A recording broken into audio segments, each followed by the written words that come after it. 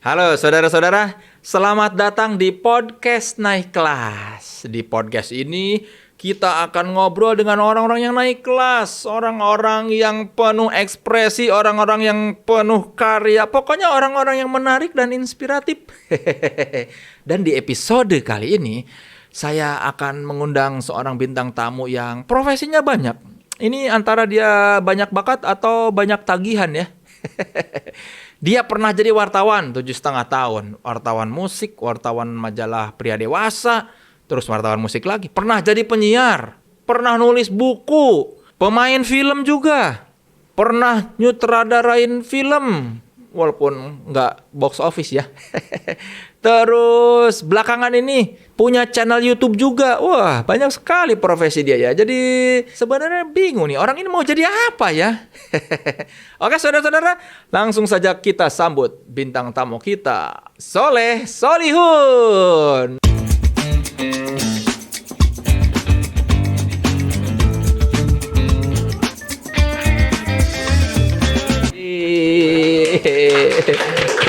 Ayo dong, kasih tepuk tangan, kasih dong orang yang udah jauh-jauh datang.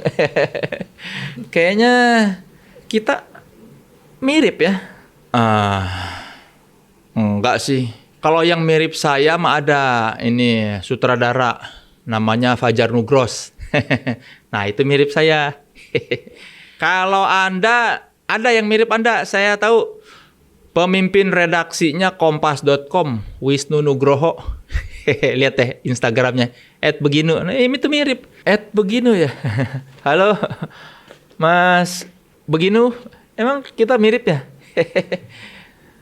Ada aja. Tapi harusnya sih mirip ya. Coba menurut kalian tinggalkan di komen apakah kita berdua mirip? Apakah benar dia mirip Fajar Nugros ataukah saya mirip @beginu? Silakan tinggalkan di komen. Atau saya lebih mirip dia? Ini kayaknya gengsi banget sih nggak mau ngakuin mirip saya. Oke, Soleh Solihun. Beberapa kali di wawancara kamu selalu bilang kamu ini takut mati gara-gara baca banyak majalah religi. Sekarang masih takut dengan kematian? Kalau mati ya masih. Jadi kadang-kadang kalau misalnya tidur tengah malam atau lagi sendirian suka masih takut mati gitu, kayak mikirin kalau misalnya besok tiba-tiba mati ya gimana, apa amal ibadah masih kurang atau udah cukup. Terus kayak misalnya kalau mati lagi dalam keadaan ya lagi dosa atau gimana ya masih takut mati, karena kan katanya kematian itu salah satu hal yang tidak bisa dihindari sama orang. Nah, itu yang masih gua takutin tuh, kayak takut ternyata kalau timbangan amal buruknya lebih banyak. Serem ya ngobrol. Ini baru pembukaan udah ngobrolin kematian, ini sungguh menakut-nakuti. Tapi ya itu, masih takut mati sekarang. Memang seperti apa sih Soleh Solihun waktu kecil hingga remaja? Soleh Solihun waktu kecil tuh orang yang kadang tidak percaya diri, tapi kadang percaya diri juga. Jadi sebetulnya dalam satu sisi dia percaya diri karena waktu SD suka jadi ketua kelas, sering jadi pemimpin upacara, ada keberaniannya lah. Tapi di satu sisi orang yang tidak percaya diri, apalagi ketika memasuki masa remaja ya, SMP, SMA, kayak nggak percaya diri, sama agak minder dengan hal-hal yang kalau sekarang tuh agak dangkal ya, kayak misalnya nama. Karena nggak keren, nama Soleh Solihun tuh di pergaulan kayak, kok lu nggak keren banget sih nama Soleh gitu. Kayak nama Soleh Solihun tuh nggak bisa dipakai coret-coret ya. Kalau coret-coret tembok, orang lain kan suka ada namanya keren-keren, Black apa gitu, nama-nama remaja kan suka ada PJ apa gitu. Soleh tuh kayak kurang tongkrongan nama Soleh tuh. Jadi nggak itu ya itu hal-hal dangkal waktu remaja lah. Selain itu ada nggak momen yang nggak bisa kamu lupain dalam hidup dan nggak banyak orang tahu? Paling yang nggak bisa gue lupain tuh itu waktu bokap meninggal. Terus salah satu momen terberat dalam hidup adalah ketika harus mengucapkan pidato setelah bokap dikuburkan. Sudah selesai doa-doa, ada sesi pidato gitu, kayak mengucapkan terima kasih atau standar kalau kita lihat di pemakaman kan ada pihak keluarga yang mewakili keluarga supaya mohon dimaafkan almarhum, kalau ada hutang atau apa tolong diselesaikan dengan keluarga gitu. Iya. Saya tuh ya meskipun suka grogi, suka deg-degan, demam panggung sebelum stand up atau sebelum MC segala macam, tapi rata-rata bisa dilalui dengan baik. Tidak terlalu berat lah, meskipun kalaupun kadang-kadang ternyata lawakannya nggak terlalu berhasil, biasa aja, nggak terlalu bikin grogi atau sampai nggak bisa ngomong. Nah, tapi ketika di hari bapak saya meninggal, terus saya harus pidato, itu ternyata salah satu pidato yang paling berat. Mau mikirin apa yang diomongin aja berat banget karena terlalu sedih. Ya itu jadi salah satu momen terberat dalam hidup saya adalah itu, harus pidato di kuburan bapak saya di depan orang banyak. Plus pakai bahasa Sunda lemes. Jadi udah mah sedih, bingung mau ngomong apa, terus setelah ketemu mau ngomong apa, harus diterjemahkan dalam pikiran ini bahasa Sunda lemesnya kayak apa. Kalau ada penyesalan terbesar dalam hidup, apa itu? Di minggu ketika bapak meninggal, saya belum sempat nelfon dia. Jadi bapak saya tuh meninggal hari Sabtu. Hari Minggu sebelumnya, dia sempat mengunjungi saya ke rumah. Mungkin udah ada firasat ya, jadi mau meninggal atau gimana, dan dia datang ke rumah. Nah, dia Minggu pamit, itu hari terakhir saya lihat dia itu. Ketika dia pamit dari mobil, dadah, udah. Nah itu saya nggak sempat teleponan lagi. Ada usaha apa buat membayar penyesalan itu? Saya kangen sama bapak, tapi kan udah nggak bisa ketemu. Iya. Akhirnya saya membalasnya dengan menjadi bapak yang bisa hadir buat anak-anak. Karena saya tahu rasanya kehilangan bapak. Saya pengen punya sosok bapak. Saya pengen ada bapak saya lagi. Saya pengen saya punya bapak gitu. Kan nggak bisa. Nah, anak saya kan masih punya bapak. Makanya saya membayar penyesalan itu dengan ya sebaik-baiknya memanfaatkan waktu bersama anak-anak. Dulu kan waktu kecil pernah pengen jadi tentara sama ustad. Terus nggak jelas pengen mau jadi apa, sampai dibikinin film kan mau jadi apa. Tahu-tahu ngambil jurnalistik di Vkom Unpad. Motivasinya apa dulu ngambil jurnalistik? Jurnalistik jaket himpunannya keren. Gagah, banyak kantongnya. Kan banyaknya anak-anak pecinta, kayaknya anak-anak pecinta alam atau apa yang ke situ tuh, anak-anak yang senang ke lapangan lah, gagah lah image-nya. Selain karena itu juga Iwan Fals, idola saya kan pernah kuliah di jurnalistik katanya. Terus Superman, si Clark Kent-nya kan wartawan. Spider-Man, Peter Parker-nya kan wartawan. Wah, keren sekali jurnalis ini. Akhirnya ya udahlah, pilih itu aja. Selain masuk jurnalistik dan mengelola majalah kampus yang bernama Karunggoni, katanya itu yang bikin kamu cinta sama menulis ya. Emang apa sih yang menarik dari menulis itu? Karunggoni. Kabar, ungkapan, gosip, dan opini. Jadi di jurnalistik itu ada satu dosen yang berpengaruh dalam menumbuhkan kecintaan saya pada menulis. Namanya Sahat Sahala Tua Saragi. Pak Sahala ini ngajar 4 mata kuliah. Wawancara, penulisan artikel, penulisan feature, sama penulisan pelaporan mendalam. Gara-gara Pak Sahala, saya jadi terpaksa baca buku setiap minggu. Padahal sebelumnya malas baca. Terus selain baca buku, Pak Sahala bikin saya harus menulis. Jadi Pak Sahala tuh gitu, tugasnya tuh standar. Minggu ini baca buku ini, rangkum, analisa bukunya kelebihan dan kekurangannya. Jadi dari dulu Pak Sahala membuat saya terpaksa membaca buku, dan bukan cuma baca buku, menganalisa. Dan dari situ juga dia melatih saya menulis ya. Selain wawancara, dia juga melatih saya buat menulis, dan ternyata menulis itu menyenangkan. Awalnya memang kepaksa, tugas banyak banget sih. Tapi ternyata menulis itu menyenangkan. Salah satu yang membuat menulis itu begitu menyenangkan sampai sekarang adalah bahwa karya tulis itu adalah karya yang bisa dinikmati kapan aja. Pak Sahala pernah baca tulisan kamu? Oh iya, Pak Sahala. Makanya saya selalu dikasih A sama dia karena saya dianggap bagus tulisannya. Dan waktu saya pindah ke majalah, ya beberapa majalah juga saya suka ngirim ke dia, nih Pak tulisan saya. Dia ya seneng gitu, terus dia tahu saya kerja di majalah. Ya saya yakin sih dia menganggap tulisan saya bagus, soalnya mata kuliah dia saya dapat A semua.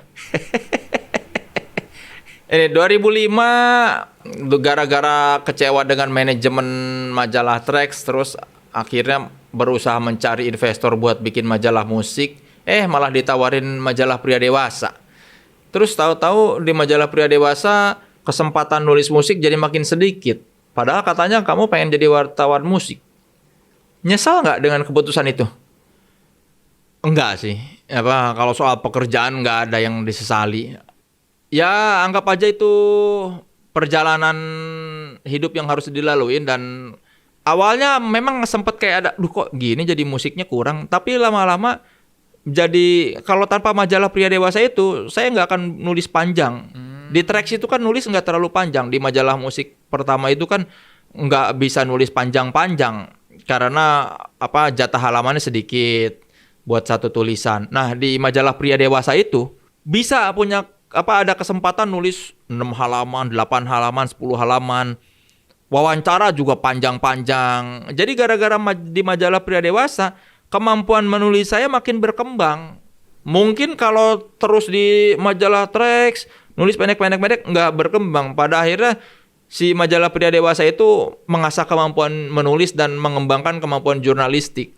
Jadi begitu pindah ke majalah musik yang Rolling Stone, akhirnya makin mateng kemampuan saya menulis ya, karena transisinya dari situ, dari Trax ke majalah pria dewasa terus ke si Rolling Stone, yaitu dilatihnya kemampuan menulis panjang itu di majalah pria dewasa itu makin diasahnya. Tapi ternyata salah satu tulisan di majalah pria dewasa itu, tulisan Anda yang Aksara Sekarang itu kan dapat penghargaan jurnalistik sebagai feature seni dan budaya terbaik ya, tahun 2007 kalau nggak salah. Arti penghargaan itu buat kamu apa? Penghargaan itu maknanya dua. Yang pertama itu kayak ajang pembuktian pada orang-orang yang menganggap bahwa majalah pria dewasa itu bukan produk jurnalistik. Ini bukti bahwa mereka, ini produk jurnalistik loh. Buktinya ini tulisan wartawannya, salah satu tulisan dari majalah itu diakui sebagai karya jurnalistik terbaik tahun 2007 apa 2006 itu. Pertama itu membuktikan pada mereka yang meragukan apakah majalah pria dewasa ini sebuah produk jurnalistik, ternyata iya ini sebuah produk jurnalistik. Kedua, itu semacam pembuktian pada diri sendiri bahwa hey, Soleh Solihun itu wartawan yang bagus loh. Dia mendapat penghargaan. Jadi kalau ada yang bertanya apakah Soleh Solihun stand up komedian yang lucu, belum tentu. Pasti masih bisa diperdebatkan. Ada yang bilang lucu, ada yang bilang garing. Apakah Soleh Solihun pemain film yang bagus? Itu relatif. Tapi ya maksudnya belum bisa membuktikannya. Tapi kalau ditanya apakah Soleh Solihun jurnalis yang baik? Ya, jadi saya bisa bilang Soleh Solihun adalah award-winning jurnalis. Jadi itu penghargaan itu salah satu bentuk bukti kualitas itu. Jadi penghargaan ini sesuatu yang Anda cari? Sekarang enggak. Yang penting transferan. Tapi ya penghargaan award seperti itu pengen, tapi bukan yang dikejar. Ada konflik apa atau yang menarik ketika memutuskan buat mengangkat tulisan soal aksara? Nggak ada konflik sebetulnya, lagi bagus-bagusnya itu komunitas. Waktu itu gara-gara selalu setiap mau rapat redaksi di majalah pria dewasa ngajuin topik musik ditolak karena jangan musik mulu dah kata pemretnya.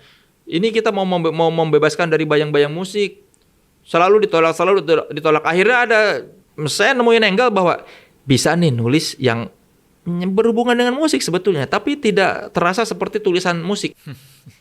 Aksara Sekarang itu kan tentang hipster Jakarta ya. Sekarang mungkin orang lebih kenalnya dengan anak-anak indie Zaman dulu tuh yang membentuk yang bertanggung jawab mengembangkan skena musik independen di Jakarta adalah anak-anak Aksara. Dulu buat yang belum tahu, sekarang mungkin masih ada ya toko buku Aksaranya, tapi dulu tuh gede banget toko buku Aksara, koleksi bukunya banyak, musiknya banyak. Dan dari Aksara itu kan lahir album Jakarta Sekarang yang sekarang melahirkan band-band indie yang udah senior lah bisa dibilang, band-band indie Jakarta. Waktu itu belum banyak yang tahu istilah hipster, bahwa ada loh fenomena hipster ini di Indonesia. Nah buktinya ini nih, anak-anak Aksara ini hipster-hipster Jakarta. Apakah Soleh Solihun itu seorang hipster? Enggak. Kayaknya sih enggak ya. Soalnya enggak keren. Hipster tuh biasanya keren-keren. Dan biasanya kan kalau anak-anak hipster tuh yang seleranya berbeda dengan orang kebanyakan, dengerin musik yang belum didengerin orang lain. Soleh Solihun mah dengerinnya Iwan Fals, Slank, selera rakyat. Emang kenapa sih sosok Iwan Fals itu begitu Anda idolakan?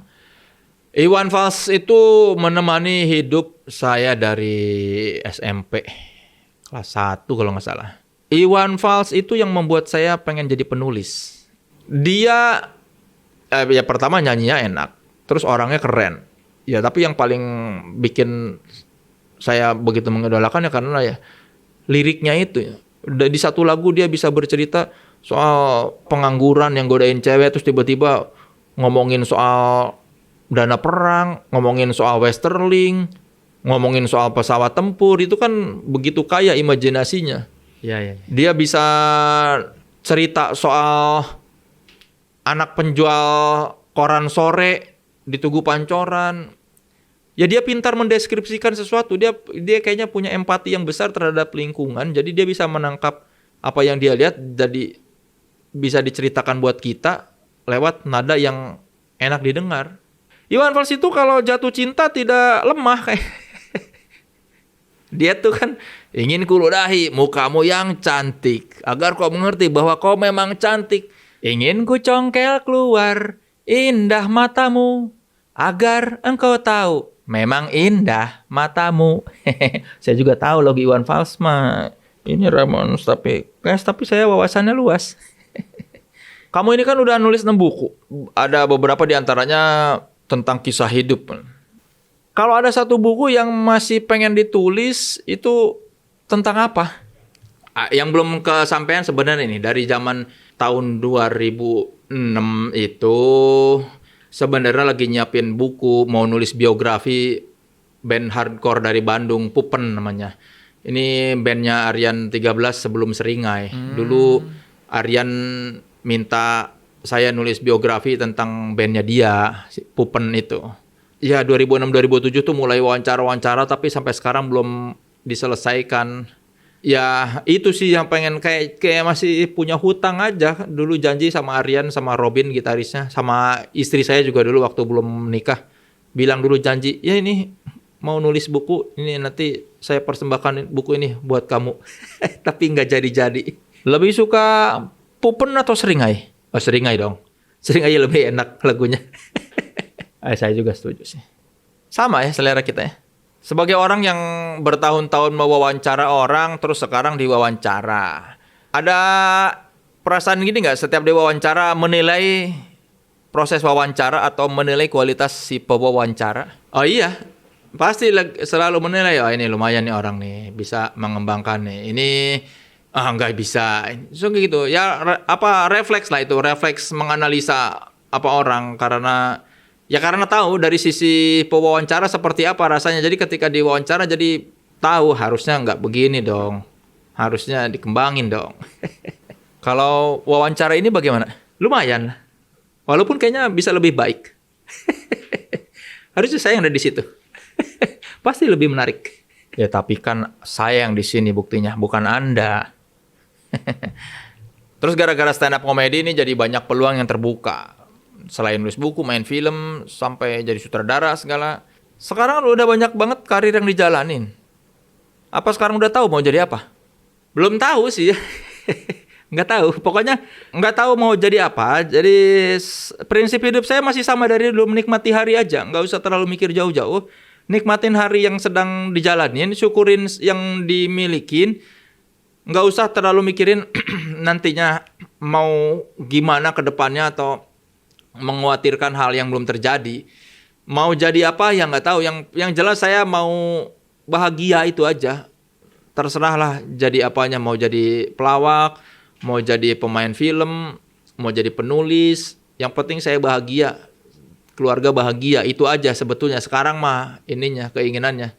Ya mau jadi pembawa acara, ayo. Kalau begitu apakah Soleh Solihun sudah sukses? Kayaknya belum ya. Saya belum punya Harley Davidson. Tapi apakah Anda bahagia? Bahagia udah. Nggak banyak yang tahu kalau Anda ini katanya punya hobi gambar dari kecil ya. Terus saya pernah lihat di Instagram Anda posting foto waktu di kampus, gambar muka gede-gede. Kenapa hobi gambar itu nggak ditekunin atau dilanjutin? Hobi sama bakat itu ternyata tidak selalu sejalan ya. Gue tuh cuma seneng gambar. Waktu kecil ada tuh foto gue umur berapa tahun gitu, lagi di meja, lagi megang pulpen, boxy ya kalau itu, boxy merah. Terus ada coret-coretan. Kata nyokap gue memang gue seneng banget gambar. Gue juga dulu seneng gambar. Tapi ternyata memang tidak berbakat karena hobinya itu tidak berkembang dan tidak jadi apa-apa. Dulu gue merasa waktu kecil, kayaknya gue jago gambar deh. Wah, ada lomba gambar antar anak karyawan kan di kantor bokap. Gue yakin menang nih, gue yakin gambaran gue bagus. Ternyata nggak menang. Dan ternyata memang kalau diingat-ingat memang nggak sebagus anak-anak yang lain yang juara. Gue tuh cuma seneng, tapi tidak menjadi sesuatu yang bagus juga. Makanya gue sadar, ya makanya perlunya menyadari bahwa passion itu atau hobi itu belum tentu kita punya bakat di situ. Jadi ya kita harus sadar diri lah, jangan kegeeran bahwa kita berbakat. Nah, gue cukup sadar diri bahwa untuk tidak GR bahwa gue jago gambar. Gue tersadar di usia dini bahwa iya ya, lu tuh nggak berbakat. Jadi udahlah, nggak usah bermimpi jadi pelukis atau visual artist. Karena ini cuma seneng-seneng. Karena lu menikmati proses menggambar, tapi lu tidak ada bakat di situ. Tidak punya juga kemampuan yang luar biasa di situ.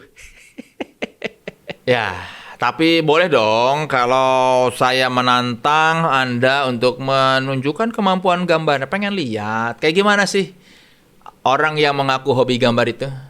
Berani gak?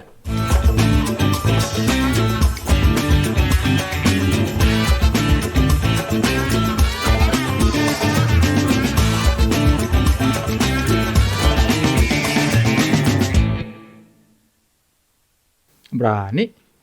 Mana? Mana kru?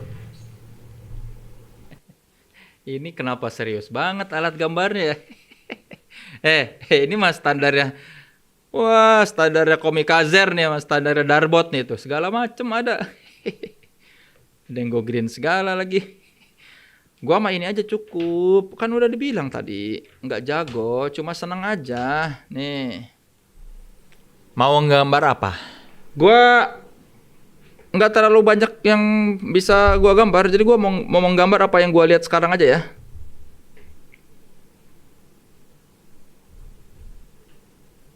Nggambar diri sendiri di tembok itu kan gede banget. Itu apakah Anda seorang yang narsis? Sepertinya begitu ya. Sepertinya saya punya jiwa narsistik yang begitu besar karena ya selama berkarya ya coret-coret atau gambar-gambar itu seringnya ini menggambar diri sendiri. Ya karena nggak bisa ngegambar yang lain, jadi mungkin akhirnya diri sendiri yang digambar. Kaos band, jaket kulit, itu gayanya begitu karena inspirasi dari apa atau memang ada konsep personal branding yang lagi dikejar?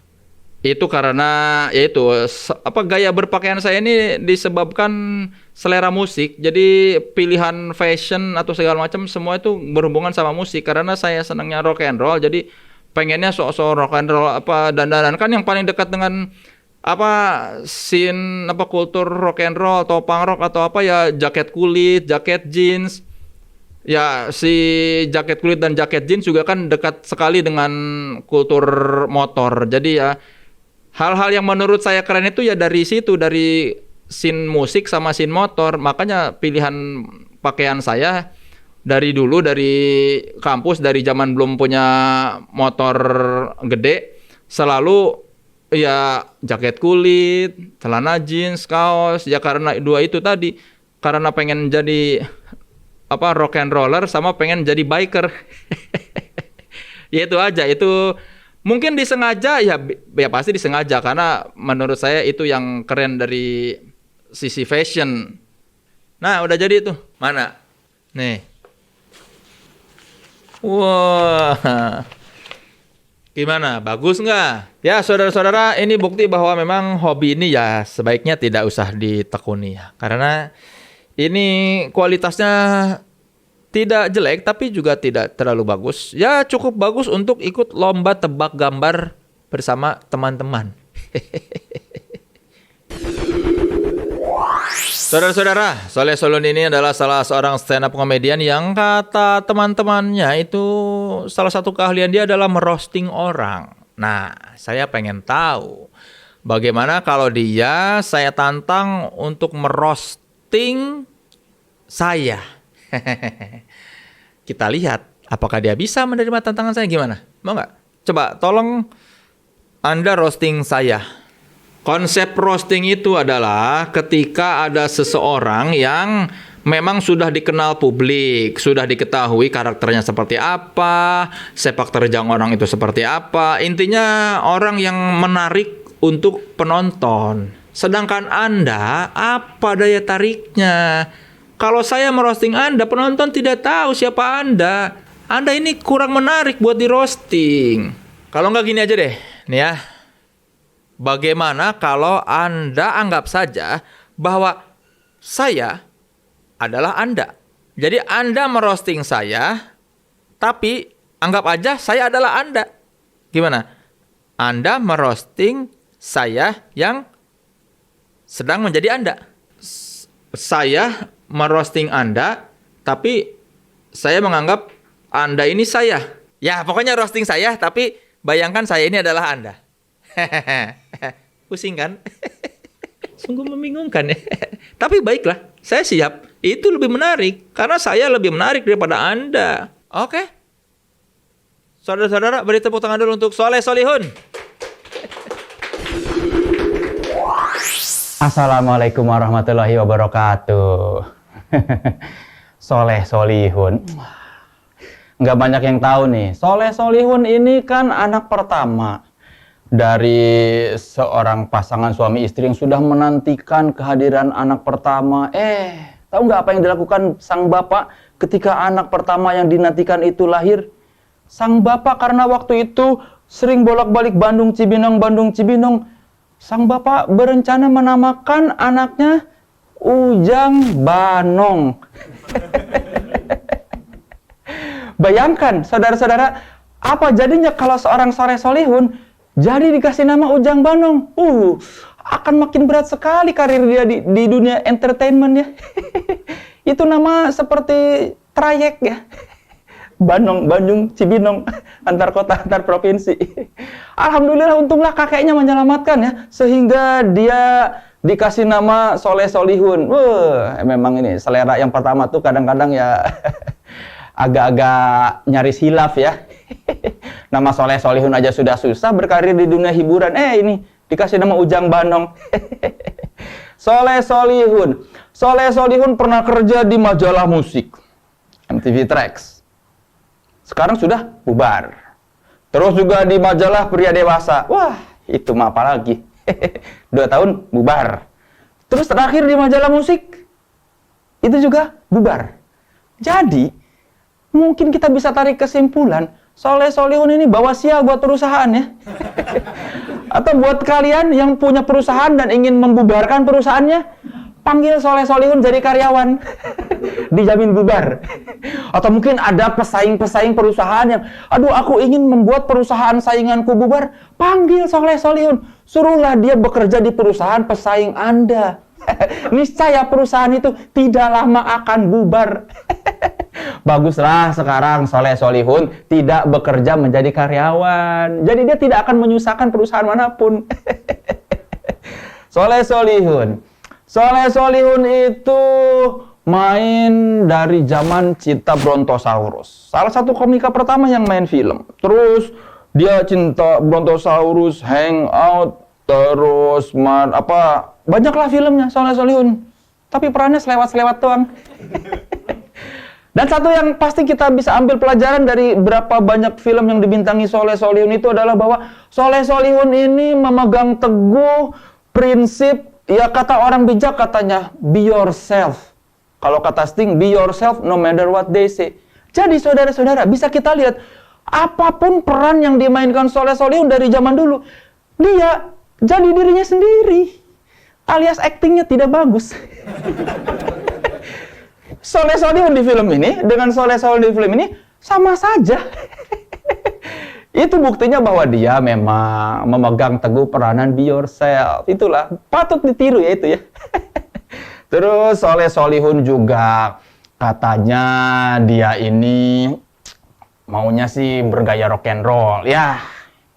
Tapi saudara-saudara, ini juga salah satu bentuk konsistensi Soleh Solihun. Meskipun dia setelannya rock and roll apapun, pakai jaket kulit, pakai vest kulit, pakai jaket denims, dia tetap seorang mamang-mamang. Pakaian yang sama jika dikenakan Chico Jericho akan beda hasilnya dibandingkan dengan yang dipakai oleh Soleh Solihun. Jadi, ya kita doakan saja ya. Semoga dia tetap bahagia ya. Dia itu tidak tahu diri ya. Dia merasa dirinya rock and roll, padahal tidak. Tetap saja orang lain melihatnya mamang-mamang pakai jaket bagus. Beda kalau Chico Jericho dikasih kaos lusuh, tetap keren. Tidak Soleh Solihun. Kita doakan semoga dia dapat hidayah ya. Amin. Soleh Solihun dulu katanya terkenal ya zaman di kampus. Terkenal ya minimal dari 97 sampai 2004 dia kuliah itu banyak yang kenal dia. Tapi ya, saudara-saudara, Soleh Solihun itu adalah bukti bahwa popularitas itu tidak berpengaruh kepada mencari pasangan. Siapa bilang terkenal bisa dapat cewek dengan mudah? Tidak. Soleh Solihun adalah buktinya.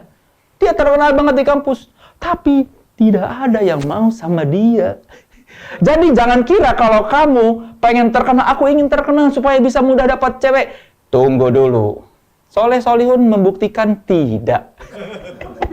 Tetap saja kalau Anda terkenal dan wajah seperti mamang-mamang, jangan harap mudah mendapatkan cewek. Jadi tetap sekali lagi ya saudara-saudara, popularitas bukan berarti mendapat pacar dengan mudah.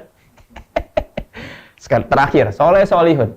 Soleh Solihun ini adalah bukti bahwa komunikasi ini adalah silat lidah yang paling utama. Buktinya apa, saudara-saudara? Ada 2 produser berhasil dikelabui oleh dia untuk membuatkan film yang menurut dia menarik. Ternyata kan tidak laku. Sudah gitu ini. Si Soleh Solihun ini, saking jagonya komunikasi, dia bisa meyakinkan produser memasang muka dia gede-gede di poster. Muka dia versi mamang-mamang, gondrong, kacamata. Aduh, saya yakin itu produser hilaf. Jadi hikmahnya dari ada Soleh Solihun ini, tolong hati-hati kalau mendapatkan orang yang jago bicara, karena Anda akan menyesal kemudian. Bagaimana? Bagaimana? Apakah menurut kalian ini kayaknya daripada dia yang jadi hostnya ya, kalau kata saya, mendingan juga saya. Kan kalian sudah tahu prestasi saya. Saya jadi wartawan, dapat penghargaan. Konten interview saya diakui bagus. Daripada dia, apa prestasi kamu? Dari tadi nih, ya teman-temanku pasti menyaksikan kan, teman-teman kameramen, teman-teman kreatif. Dia bertanya cuma apa yang dibacakan sama apa yang ditulis sama tim kreatif. Benar nggak? Sungguh tidak kreatif. Kamu ini tidak otentik. Kalau saya yang wawancara nih, kalau saya ada di posisi dia, pasti saya akan mengembangkan pertanyaan itu. Tidak hanya baca, dengar jawaban, baca, dengar jawaban. Apa itu? Kamu tidak kreatif. Saya lebih kreatif. Saya lebih otentik daripada kamu. Iya nggak? Bagaimana ini saya hanya menyarankan ya, ini ya, daripada nih. Ini kan judulnya podcast naik kelas. Podcast naik kelas itu butuh pembawa acara yang naik kelas. Tidak seperti dia. Siapapun bisa kalau cuma kayak dia mah nanya, udah suruh tim kreatifnya aja jadi pembawa acara kalau gitu. Buat apa dikasih pertanyaan tidak dikembangkan ya? Kalau saya mah pasti bisa ngembangin. Bagaimana? Setuju nggak? Ya kan? Nah, tuh, ayo. Mendingan sama saya podcast naik kelas beneran bakal naik kelas kualitasnya. Ikhlas ya? Kamu kan cuma bisa nanya dari pertanyaan, udah kamu pasti tidak kreatif. Ya, oke ya. Kalau begitu, saya ambil alih aja acara ini ya, saudara-saudara ya. Mulai minggu depan, saksikan podcast naik kelas bersama saya, Soleh Solihun, pembawa acara yang lebih kreatif dari dia, dan bisa mengembangkan pertanyaan-pertanyaan sehingga menjadi bermutu, dan acaranya menjadi lebih hidup, lebih menarik, lebih otentik. Setuju? Setuju. Terima kasih. Saudara-saudara, terima kasih sudah menyaksikan podcast naik kelas. Jangan lupa saksikan minggu depan podcast naik kelas bersama saya, bukan bersama dia, bersama saya Soleh Solihun. Sampai jumpa.